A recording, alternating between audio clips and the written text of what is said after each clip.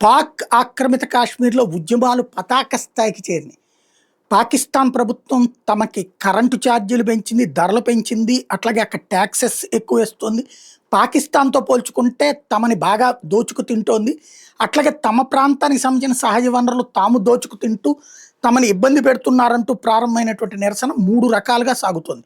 ఒక వర్గమేమో పాకిస్తాన్‌లోనే ఉంటాం గానీ మమ్మల్ని వివక్ష చూపెట్టొద్దు అని. ఇంకొక వర్గమేమో అసలు మేము పాకిస్తాన్‌లో ఉండం, మేము స్వతంత్రంగా ఉంటాం, మా చావేదో మమ్మల్ని చావనీయండి. కాశ్మీర్ ప్రత్యేక దేశం అని ఇక్కడ ఒక ప్రధానమంత్రి అని చెప్పి నాటకాలు ఆడుతున్నారు, ఏమీ లేదు, మా స్వేచ్ఛ మాకివ్వండి అనేది. మూడో బ్యాచ్‌నేమో భారత్‌లో కలుస్తామన్నటువంటి. వీళ్ళు స్వల్పంగా ఉన్నారు, ఇప్పుడిప్పుడే పెరుగుతున్నటువంటి సిట్యుయేషన్.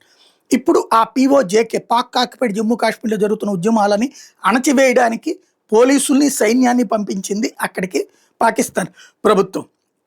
అయితే అలా వచ్చిన పోలీసుల్ని ఈ ఉద్యమకారులు నిర్బంధించారు.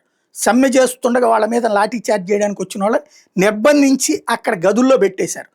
పాకిస్తాన్ ప్రభుత్వం ఇప్పుడు వాళ్ళతో సంప్రదింపులు చేయాలా, లేకపోతే దాడులు చేయాలా అన్నటువంటి దాని మీద చూస్తోంది.